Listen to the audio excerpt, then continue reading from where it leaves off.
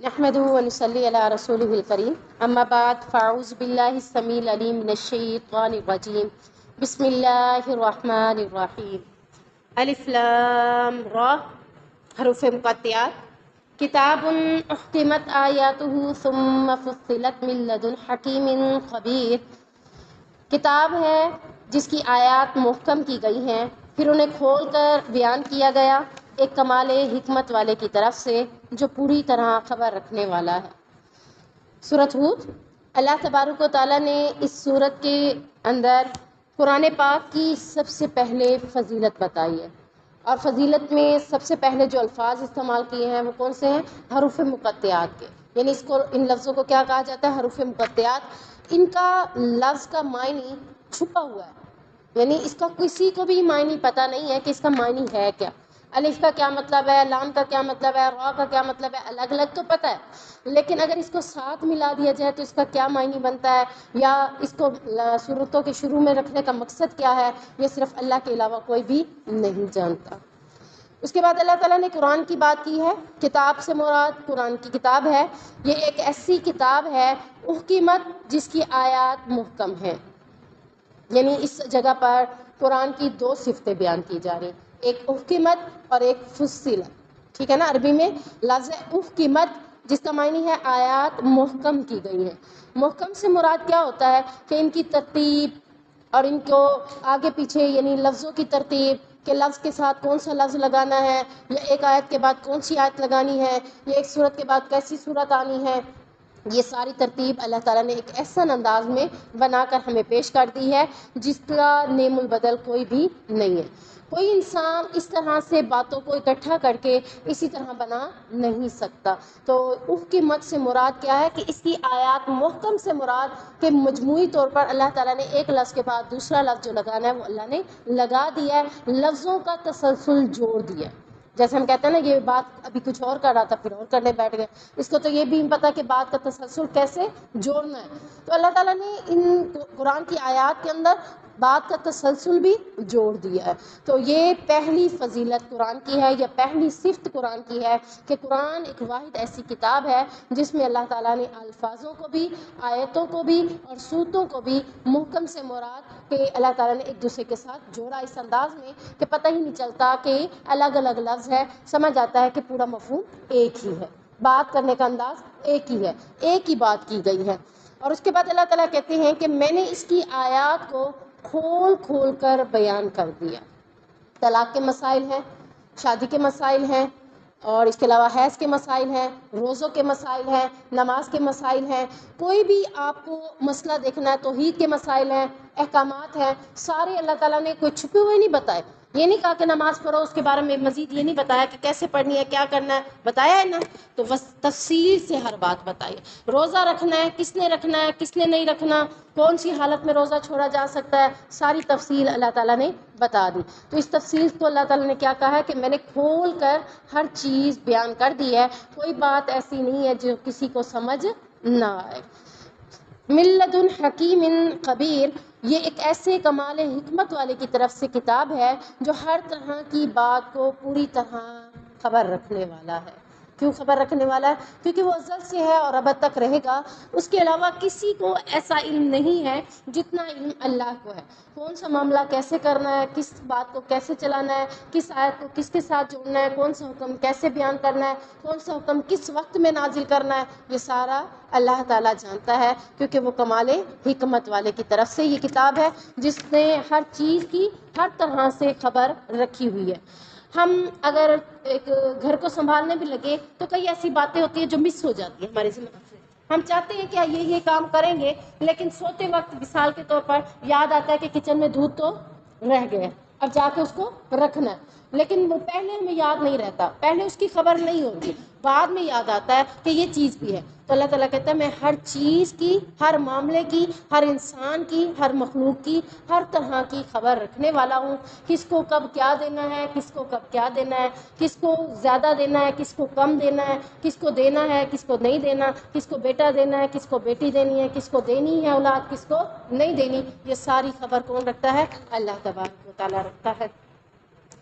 عمر بن خطاب بیان کرتے ہیں کہ رسول اللہ صلی اللہ علیہ وسلم نے فرمایا اس کتاب کے ذریعے اللہ تعالیٰ بہت سی قوموں کو عروج پر پہنچا دیتا ہے.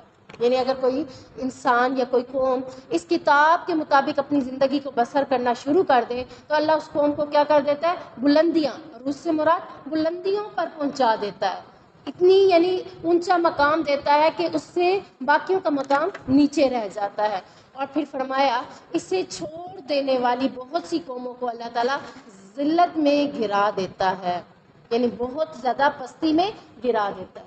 اب دیکھیں ہے تو کافروں کے ملکوں میں جا کر آپ دیکھیں کہ وہ ایسے ایسے باتوں کے اوپر، اصولوں کے اوپر پابند ہیں، حالانکہ دیانتداری انہیں نہیں بتائی گئی. دیانتداری ہمیں بتائی گئی ہے، ہمیں وہ قانون بتائے گئے ہیں جو وہ قانون کے اوپر عمل کرتے ہیں. آج وہ بلندیوں پر کیوں ہیں؟ صرف اس وجہ سے کہ انہوں نے قرآن کے اندر جو احکامات ہیں اس کو اپنی زندگیوں میں لاگو کیے ہوئے. حالانکہ وہ قرآن کو مانتے نہیں ہیں، لیکن اس کے باوجود انہوں نے اس قرآن کے اصولوں کو اپنی زندگی کا مقصد بنا دیا کہ انصاف کرنا ہے، امیر ہے یا غریب ہے سب کے ساتھ برابر انصاف کرنا ہے. ان کی عدالتوں میں کبھی بھی یہ نہیں دیکھا جاتا یہ امیر ہے یہ غریب ہے تو اس کے ساتھ کیسا فیصلہ کرنا ہے، یہ وزیر ہے ٹھیک ہے یہ غلام ہے تو اس کے ساتھ کیسا کرنا ہے. وہاں اگر سب کے لیے ایک ہی اصول ہوتا ہے، اگر اصول بنایا ہے کہ سب نے سائیکل استعمال کرنی ہے تو چاہے وہ وزیر بھی کیوں نہیں ہے وہ بھی سائیکل استعمال کرے گا، ٹھیک ہے نا. اگر وہاں کا اصول ہے کہ کسی کو پروٹوکول نہیں دینا تو وہاں کے وزیر کو بھی پروٹوکول نہیں ملتا، وہ بھی عام سے انداز میں چل رہا ہوتا ہے. یعنی یہ وہ باتیں ہیں جو اللہ تبارک و تعالیٰ مسلمانوں کو دی تھی کہ تم اس باتوں کے اوپر عمل کرو گے تو تمہیں کیا ملے گا؟ عروج یعنی بلندیاں ملیں گی. اگر تم نے ان باتوں کو چھوڑ دیا تو تم کہاں گرو گے؟ ذلت کی گہرائیوں میں گرو گے. آج امیر غریب یہ ساری چیزیں ہماری عدالتوں میں دیکھی جاتی ہیں. اس کے علاوہ امیر کے لیے کوئی اور فیصلے ہوتے ہیں اور غریب کے لیے کوئی اور فیصلے ہوتے ہیں. اس کے علاوہ اگر آپ دیکھ لیں دنیا کے اصول، بھئی دیانتداری ہے، دیانتداری کیسی ہے، ناپ تول میں کمی کیسی ہے، ساری جگہوں پر دیکھ لیں، شروع نیچے سے لے کر اوپر تک سب جگہوں پر رشوت بھی چل رہی ہے، ناانصافیاں بھی چل رہی ہیں، اور اس کے ساتھ ساتھ دیانتداری کا تو کوئی معاملہ ہی نہیں ہے. ناپ تول میں کمی ویسے ہو رہی ہے، یہاں تک کہ ہر ایک کی کوشش یہ ہے کہ میں زیادہ کسی طریقے سے بٹور لوں، اگلے کو چاہے نقصان ہوتا ہے ہو جائے. وہ لوگ یہ نہیں دیکھتے، وہ لوگ یہ کہتے ہیں کہ ایکسٹرا دے دی جاتی ہے. جیسے کہ ہم بہت چھوٹے تھے تو اس وقت یہ چیزیں موجود ہوتی تھی کہ لوگ جب چیز دیتے تھے تو اوپر اضافی چیز بھی ڈال دیتے تھے اور وہ کہتے تھے کہ یہ کیا ہے؟ یہ آپ کا ایکسٹرا ہے. یعنی وہ اس کو برکت کے طور پر ڈالتے تھے، اس کے کوئی پیمنٹ نہیں لیتے تھے. اب کوشش یہ ہوتی ہے کہ وہی برکت میں جو ایکسٹرا چیز تھی اس کی جتنی ہے اس سے بھی زیادہ نکال لی جائے. آپ دیکھ لیں ترازو کے ساتھ لوگوں نے چھوٹے چھوٹے ایسے سکیلز لگائے ہوتے ہیں جن سے محسوس ہوتا ہے کہ وزن زیادہ ہو گیا، ٹھیک ہے نا. چیز کم ہوتی ہے، وزن اس اسکیل کی وجہ سے یا اس ترازو میں کوئی چیز رکھنے کی وجہ سے وزن بڑھ جاتا ہے. تو یہ کیا ہے؟ ساری چیزیں، یہ ساری چیزیں قرآن میں اللہ تعالیٰ نے منع کر دی کیونکہ حضرت شعیب علیہ السلام کی قوم ناپ تول میں کمی کرتی تھی، اس کے اوپر عذاب آ گیا تھا. اب ایک اللہ کا ایک حکم نہ ماننا، اس کے اوپر بھی اللہ کی طرف سے عذاب آ گیا. جب ہم قرآن کے سارے اصولوں کے اوپر عمل نہیں کریں گے تو آٹومیٹکلی ہم کہاں گر جائیں گے؟ ذلت میں. آج کا پاکستان کا حکمران ہو یا پاکستان کا کوئی مسلمان ہو یا عام سا ادنا سا مسافر ہو، شخص ہو، شہری ہو، وہ آج ذلت کی گہرائی میں کیوں گرا پڑا ہے؟ کیونکہ ہم نے اس کتاب کو چھوڑ دیا ہے. اگر آج ہم اس کتاب کو دوبارہ تھام لیں تو انشاءاللہ عروج پر ہم پہنچ سکتے ہیں. تو عروج پر پہنچنے کے لیے سب سے مین چیز کون سی ہے؟ کتاب کو تھام لینا، کتاب کے اوپر عمل کرنا. اب اللہ تعالیٰ نے اس محکم کتاب کے اندر یا اس محکم کتاب کو نازل کرنے کا مقصد بتایا ہے اس اگلی آیت کے اندر کہ اللہ تعبدوا الا اللہ. اللہ بتا رہے ہیں کہ میں نے یہ قرآن مفصل طور پر جو نازل کیا ہے اس لیے نازل کیا ہے تاکہ تم ایک اللہ کی عبادت کر سکو. کیوں اللہ کی عبادت کر سکو؟ جب تک ہمیں اس کتاب کے ذریعے اللہ کی پہچان نہیں ہوگی ہم اللہ کی عبادت ہی نہیں کریں گے. اللہ کی پہچان ہوگی تو ہم عبادت کریں گے نا. جتنا بڑا ہوتا کسی کو ہوتا ہے جب ہم بتایا جاتا ہے یہ فلاں شخص آ رہا ہے، وہ ایسے ہے، اس کو یہ عہدہ ملا ہوا ہے، پھر ہم بھی کہتے ہیں اچھا فلاں آ رہا ہے، پھر اس کو پروٹوکول بھی ہم اتنا ہی زیادہ دینے کی کوشش کرتے ہیں.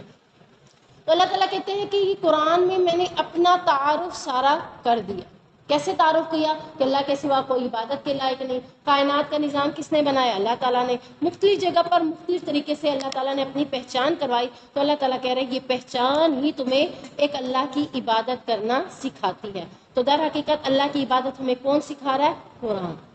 اللہ کے علاوہ کسی اور کی عبادت نہیں کرنی. کون سکھا رہا ہے؟ قرآن. اگر ہم قرآن کو سارے پڑھنا شروع کر دیں تو شرک سے ہر ایک بچ سکتا ہے. سجدہ کس کے لیے کریں گے؟ سب اللہ کے لیے. قیام کس کے لیے کریں گے؟ اللہ کے لیے. تو اللہ تعالیٰ نے یہاں قرآن کو نازل کرنے کا مقصد کیا بتایا ہے کہ تم اللہ کی عبادت کرو. یعنی جب تمہیں اس بات کا علم آ جائے گا کہ اللہ ہی وہ ذات ہے جس کی عبادت کرنی ہے تو تم آٹومیٹکلی اسی کی عبادت کرنا شروع کر دو گے. پھر اس کے بعد اللہ تعالیٰ کیا فرما رہے ہیں؟ اننی لکم منہ نذیر و بشیر، بے شک میں تمہارے لیے اس کی طرف سے ایک ڈرانے والا بھی ہوں اور خوشخبری دینے والا بھی. یہ بات کون کر رہے ہیں؟ نبی کریم صلی اللہ علیہ وسلم، کہ میں تمہاری طرف جو بھیجا گیا ہوں، کس مقصد کے لیے بھیجا گیا ہوں؟ نبی کو اللہ نے کس مقصد کے لیے بھیجا؟ نذیر اور بشیر. نذیر ڈرانا. کس کو ڈرانا؟ جو اللہ کی باتوں کو، اللہ کی اطاعت میں نہیں آتے، اللہ کی باتوں کو نہیں مانتے، ان کو ڈراؤ کہ جہنم بھی ہے، قبر کے اندر بھی اللہ کی طرف سے عذاب آنے ہیں، مرنے کے بعد تمہیں عذابوں سے ہمکنار ہونا ہے. تو یہ کیا کیا جا رہا ہے؟ ان کو ڈرایا جا رہا ہے. اور خوشخبری کن کو دو؟ جو اللہ کی باتوں کو مان لیتے ہیں، اللہ کی اطاعت میں لگ جاتے ہیں، تو ان کو خوشخبری سنا دو. کس چیز کی؟ جنت کی. اللہ کی اطاعت کرنے والے کے لیے کیا ہے؟ جنت ہے. اللہ کی نافرمانی کرنے والے کو ڈرا دو. کس چیز سے؟ جہنم سے، کہ اس کے لیے جہنم ہے. اور یہ فریضہ کس کے ذمہ اللہ تعالیٰ نے لگایا؟ نبی محمد رسول اللہ صلی اللہ علیہ وسلم کے. اسی طریقے سے اس فریضے کو ادا کرنے کے لیے سب سے پہلے نبی کریم صلی اللہ علیہ وسلم کو ہی صفا پر چڑھے تھے. چڑھ کر انہوں نے کہا تھا کہ اے میری قوم کے لوگوں اکٹھے ہو جاؤ. ہو گئے اکٹھے. انہوں نے کہا اگر میں کہوں کہ پہاڑ کی اس طرف سے تم پر ایک قوم حملہ کرنے کے لیے تیار ہے تو کیا تم میری بات کے اوپر یقین کر لو گے؟ اصل بات کیا ہے؟ اللہ تعالیٰ کہہ رہا ہے پہلے قرآن ایک مفصل کتاب ہے، پھر اللہ تعالیٰ کہہ رہا ہے قرآن کو نازل کرنے کا مقصد اللہ کی عبادت ہے. اب نبی نے یہ بات کیوں کر رہے ہیں تو صفحہ پر کھڑے ہو کر کہ اگر میں تمہیں کہوں پہاڑ کی اس طرف دشمن تم پر حملہ کرنے کے لیے کھڑا ہے، اصل میں وہ اپنی اہمیت جگانا چاہ رہے تھے کہ میری بات کی تمہارے ہاں ویلیو کتنی ہے. تو انہوں نے سے پوچھا کیا تم میری اس بات کے اوپر یقین کر لو گے؟ انہوں نے کہا ہاں کیوں نہیں کریں گے، کیونکہ آپ کو ہم نے ہمیشہ صادق پایا ہے، سچا پایا، آپ نے کبھی جھوٹ نہیں بولا. تو انہوں نے کہا جب تم اس بات کی گواہی دے رہے ہو کہ میں جھوٹ نہیں بولتا تو پھر یہ بھی جھوٹ نہیں ہے جو میں اب تمہیں کہنے لگا ہوں. وہ کیا کہا؟ کہ تم ایک اللہ کی عبادت کرو، اللہ کے سوا کسی اور کی عبادت نہ کرو. اگر تم نے اللہ کی بات نہ مانی تو میں تمہیں دردناک عذاب سے ڈراتا ہوں. اب یہ مقصد کیا تھا؟ تمہید کس لیے باندھی؟ تاکہ یہ بات جھٹلا نہ سکے کہ ہم تمہاری بات کو نہیں مانتے. اب پتہ تو انہیں بھی تھا کہ نبی اگر یہ بات کر رہے ہیں تو واقعی یہ سچ ہے، اور یہ بھی پتہ تھا کہ یہ نبی ہیں، ٹھیک ہے نا، لیکن صرف ضد اور ہٹ درمی کی وجہ سے وہ سیدھے راستے پر آنے کے لیے تیار نہیں تھے. تو یہاں بھی انہوں نے کیا کیا؟ بلکہ نبی کریم صلی اللہ علیہ وسلم کو برا بھلا کہہ کر بات کو نہیں جھٹلایا. نبی کریم صلی اللہ علیہ وسلم کو برا بھلا کہہ کر نکل پڑے. اور نبی کریم صلی اللہ علیہ وسلم نے کوئی صفحہ پر چڑھ کر سب سے پہلے جو دعوت دی تھی وہ کس کو دی تھی؟ وَأَنذِرْ عَشِيرَتَكَ الْأَقْرَبِينَ، اپنے قریبی رشتہ داروں کو، جن میں چچا بھی تھے، ٹھیک ہے نا، اپنے سارے قریبی رشتہ دار بھی تھے، مشرکین مکہ بھی تھے، ہمسائے بھی تھے، سارے اپنے تھے، ان کو دعوت دی. تو سب سے پہلے ہم خود اس پہ عمل کریں، اس کے بعد کس کو دعوت دینی ہے؟ اپنے رشتہ داروں کو اس کی دعوت دینی ہے.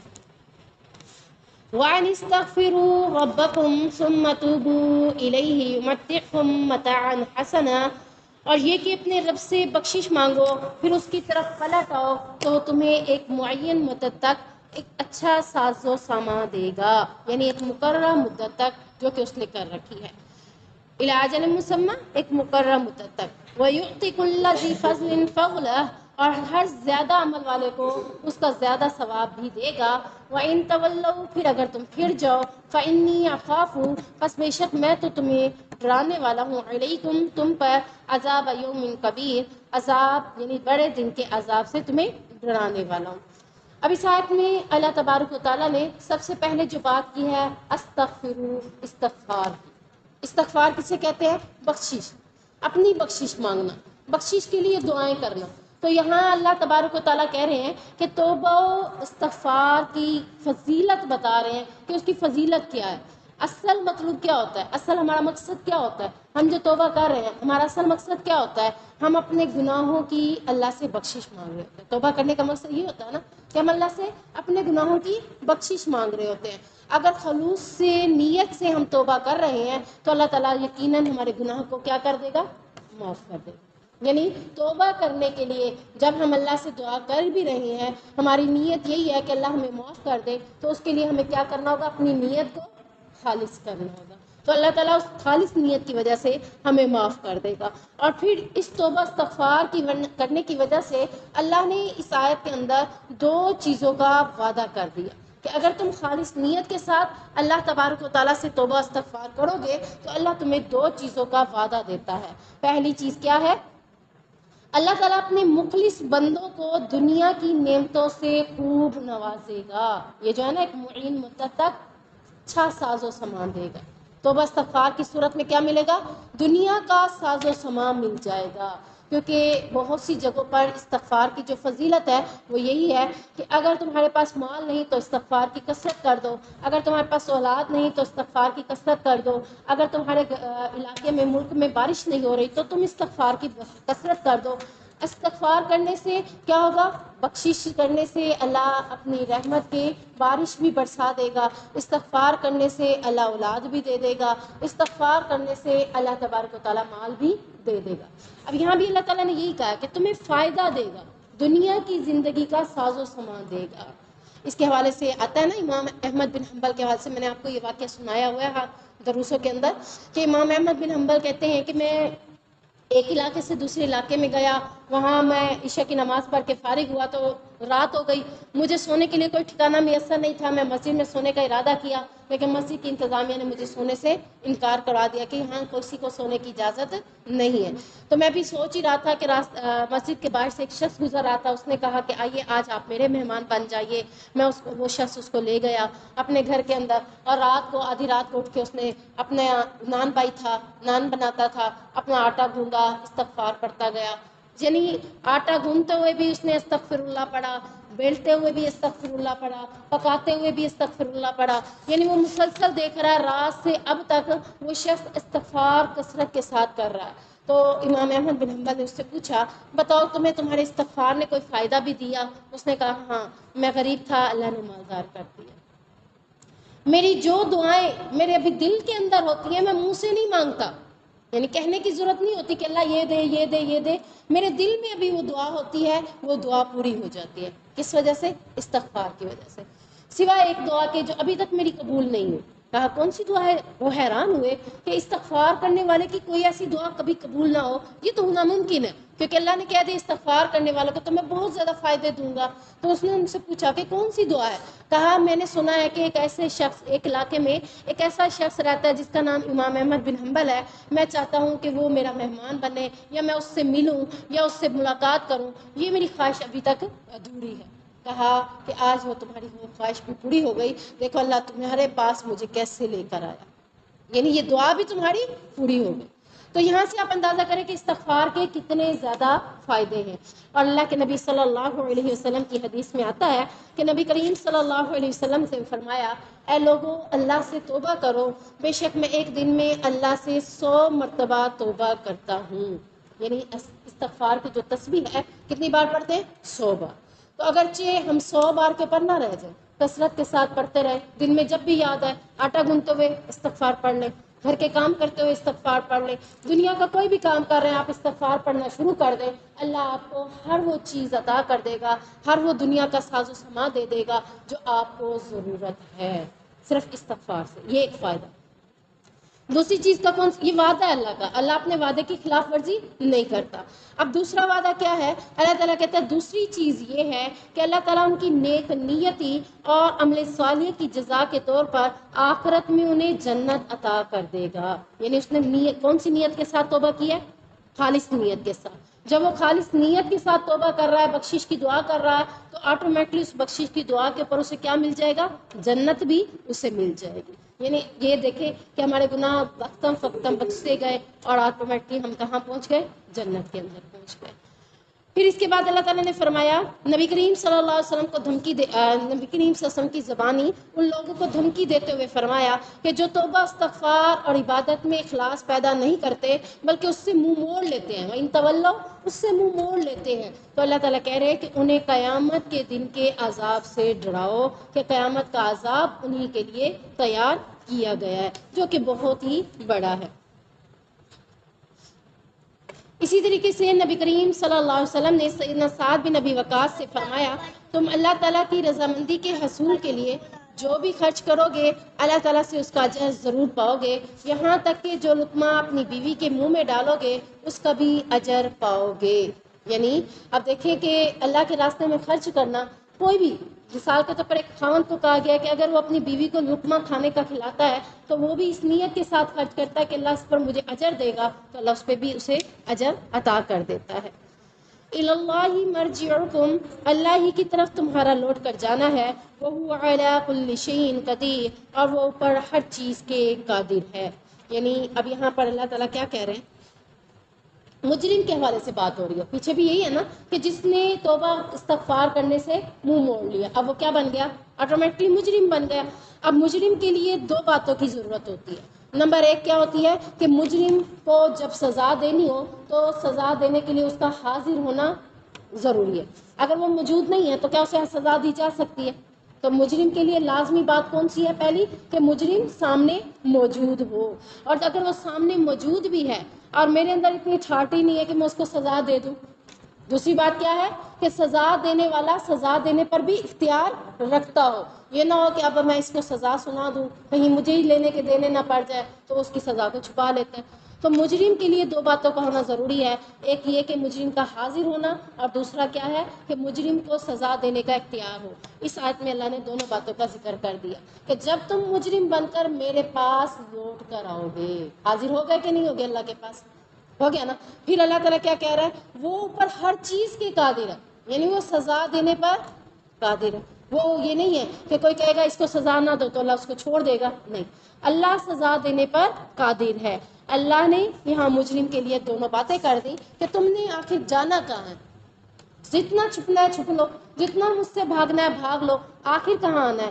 میری ہی طرف لوٹ کر آنا ہے، اور پھر میں تمہیں سزا دینے پر بھی قادر ہوں۔ تم نے جو دعوت حق سے منہ موڑا، اللہ کے دین سے جو منہ موڑا، اس وجہ سے اللہ مجرم کو سزا دینے پر اس دن قادر ہے اور وہ سزا دے کر ہی رہے گا۔ اسی طریقے سے ابن آدم نے کئی غلطیاں کی ہیں، ہم نے سورہ یونس میں بھی پڑھا تھا کہ ابن آدم اللہ تبارک و تعالیٰ کو گالی بھی دیتا ہے اور اللہ کی تکذیب بھی کرتا ہے۔ ذرا کون بتائے گا کہ گالی کیا ہے؟ جھوٹ باندھنا کون سا؟ اللہ کی اولاد ہے، یعنی اس کا گالی یہ ہے، اس کا قول گالی کا یہ ہے کہ اللہ کی اولاد ہے، اور اس کی تکذیب کا قول کون سا ہوتا ہے؟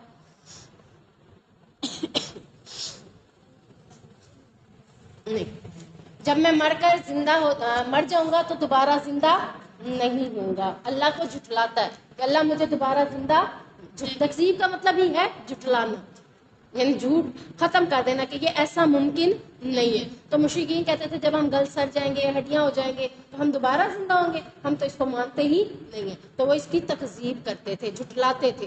تو یہی بات ہے، اللہ کا قول یعنی اللہ کی گالی کا قول کیا ہے کہ اللہ کی اولاد ہے، اللہ کی تکذیب کا قول کون سا ہے کہ ہم دوبارہ مرنے کے بعد دوبارہ زندہ نہیں ہوں گے۔